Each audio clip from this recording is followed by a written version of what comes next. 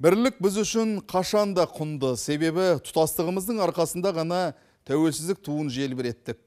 Төртеу түгелі болмаса, бүгінгідей төрге озбасымыз анық еді. Алтаудың ала болмағандығынан алты құрлық адамына танылдық. Тіпті біздің елдегі қоғамдық келісімнің сыр құпиясын өзге елдер зерттеп зерделеп өз бойларына сіңіруде.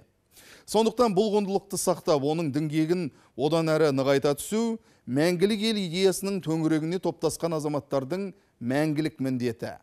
Ұлы даладағы ұлтаралық татулық пен түсіністіктің түп мәніне үңілген тілшіміз тізгін ұстайды. Сөз Сәкен Сейітханұлында. Бірлік қай кезде де қазақ санасының ұлттық коды болып келген. Әсіресе сыртқы жаулардан қорғанған кезде. Басқа түскен қайғы қасіретті бірлесіп көтерген уақытта. Қиналғанға тіреу, жығылғанға демеу болған. Бірліктің биік туы желбіреген тұстар тарихта аз болған жоқ. Түркеш қағанатынан бастап бүгінге дейін қазақтың көксегені ынтымақ бірлік.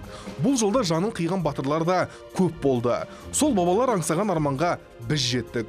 Оның сыры мынада. Ұлтымыздың, халқымыздың осылай кеңдігі, мәрттігі, жомарттығы тағы да. Екінші, осы соған лайықты жүргізіліп отырған саясат.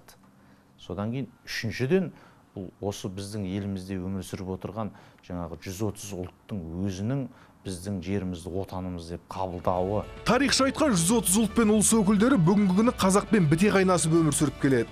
Олардың қаны бөлек болса да жаны бір. Өйткені қиын қыстау кезеңде бір нанды бөлісіп, аштықты бірге көрді.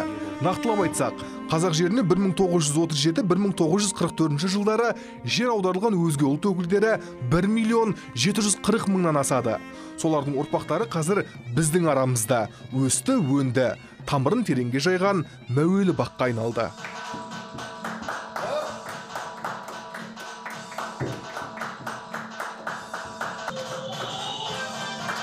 Бұл Зелимхан Зубариевтің шаңырағы. Оның әке-шешесі 1944 жылы Алматы облысы Кербұлақ ауданындағы Алтынемел ауылына жер аударылған.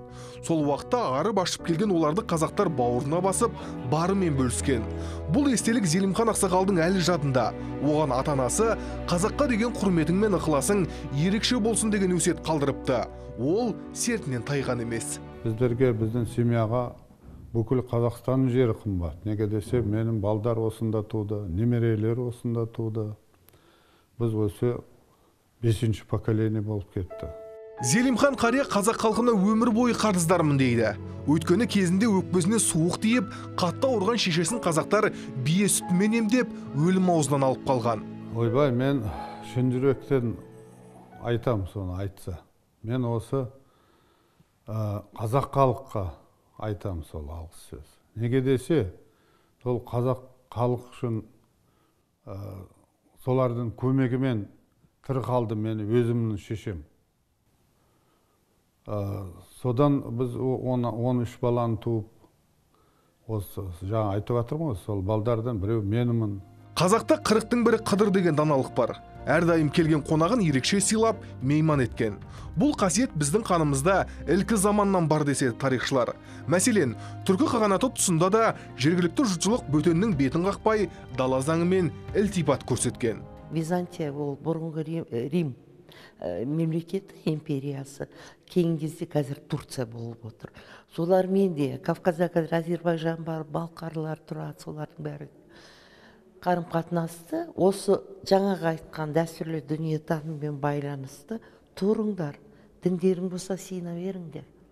Тек жерімізге, суымызға, сіз жақтан ешқандай не болмасын, қасірет болмасын. Бұл ұстаным ғасырлар бойы жалғасып келеді. Мәселен, тарихшылардың айтуынша 1757-1758 жылдары тарыдай шашылған қалмақтардың 250.000-нан аса халқын қазақ өз ішіне сыйдырған.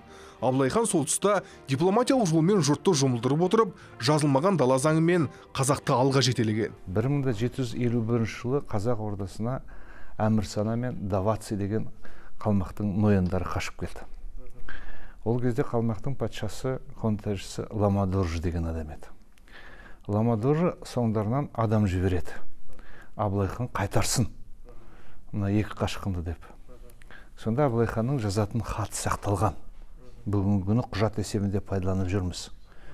Сонда Абылай хан айтады, біз дейді өзімізден пана іздеп келген адам түгілі, Әмірсана мен Даваци түгілі, олардың соңына еріп келген итін де қайтарып бере алмаймыз дейді.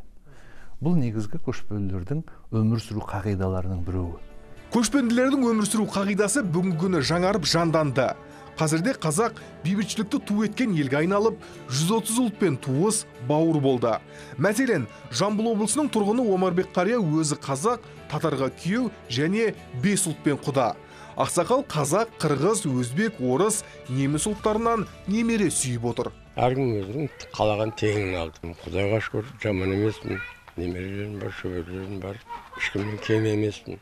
Бұл ауыз біршіл, жерде бірлік бар, жерде тірлік бар шырау.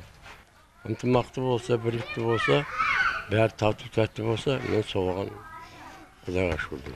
Тұяқбаевтар отбасының дастарханы әр мерекеде жайнайды. Абысын тату болса ас көп қой қашанда. Ал түрлі ұлттан тұратын бұл үйдің келіндері қонақ күтуге келгенде тіптен пысық. Өзбек шойыра палау пісіреді, қырғыз қызы табақ тартудың шебері, неміс пен орыс келіндер дастарханды түрлі тәттімен толтырады. Қазақ келіні болсам да бұл үйде салт дәстүрімізді құрметтейді. Ұлттық тағамдарымды да істеймін. Қазақша ұлттық тағамдарды да жақсы үйрендім. Басқа ұлттан күйеуге шықтым деп өкінбеймін. Осы уақытқа шейін қуанамын. Осыдан кейін қазақтың құшағы кең екенін аңғару қиын емес. Біз сөзбен де, іспен де бірлік пен татулыққа ұмтылған ел екенімізді дәлелдеп келеміз. Дәстүрлі өмір салты өзгелерге де өнеге. Олар да қазақтай болуға талпынады. Қонақжай әрі ізеттілікті бойына сіңірген бұл қасиет талайға үлгі. Сәкен Сейітханұлы, 7 күн.